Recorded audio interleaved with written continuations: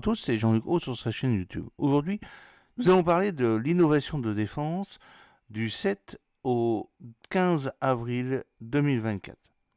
Alors sur les faits marquants, nous avons le Royaume-Uni avec les États-Unis qui réalise l'attribution d'un contrat à Rolls-Royce pour l'Agence spatiale britannique afin de développer des technologies pour un système nucléaire à fission en collaboration avec la société américaine PWXT.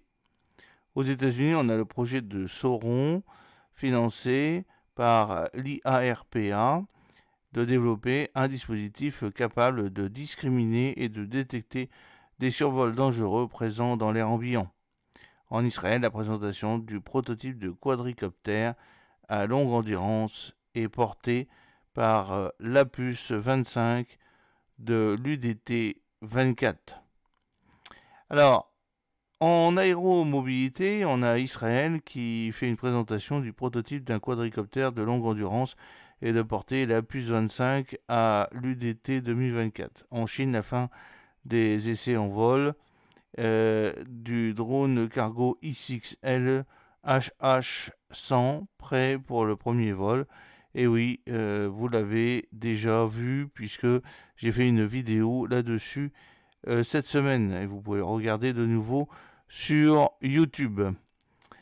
Au combat aérien et frappe au sol, aux États-Unis, un nouveau missile hypersonique multimission présenté au Sea Air Space 2024 par Lockheed Martin et Cospire. En Chine, le développement d'une nouvelle version de véhicule aérien de combat sans pilote, le CH-3D.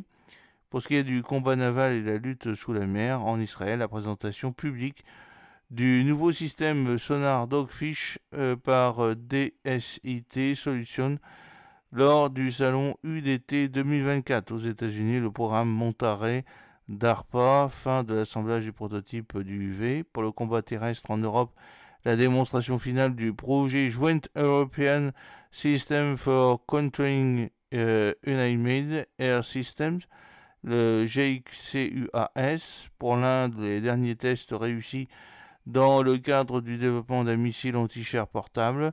Pour la cyberdéfense et le Narwhal, aux États-Unis, le programme STAMP avec Lockheed Martin, Intel Corporation et Altera associés pour développer un système de défense électronique aéroporté. Dans l'espace, aux États-Unis, FlightWorks qui développe pour l'AFRL unité de propulsion spatiale à énergie verte et rechargeable.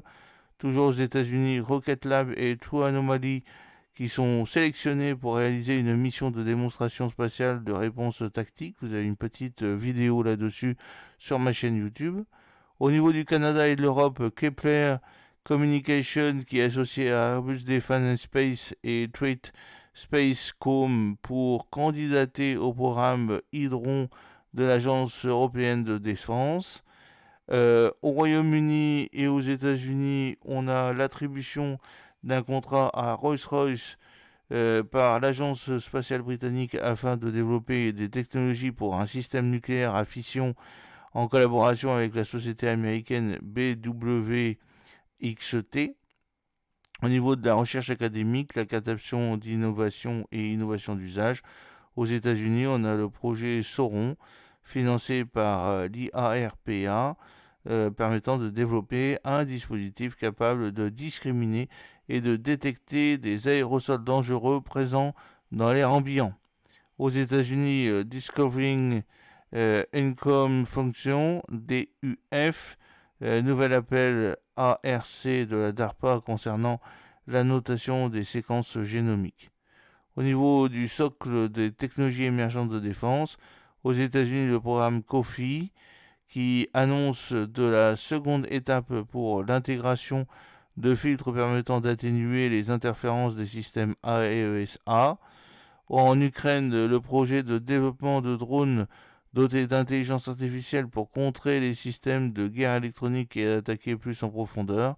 En Turquie, le développement en cours par Azelan pour une version d'UFAS-M, un système de sonar actif-passif à basse fréquence remorqué par USV. Et aux États-Unis, la demande d'information de l'armée concernant un système de géolocalisation passif sans pilote autonome. J'espère que cette petite vidéo vous a plu. N'oubliez pas de cliquer sur le pouce pour la promouvoir, de vous abonner si ce n'est pas encore fait et de partager cette vidéo sur vos réseaux sociaux. A très bientôt, fidèlement, Jean-Luc O.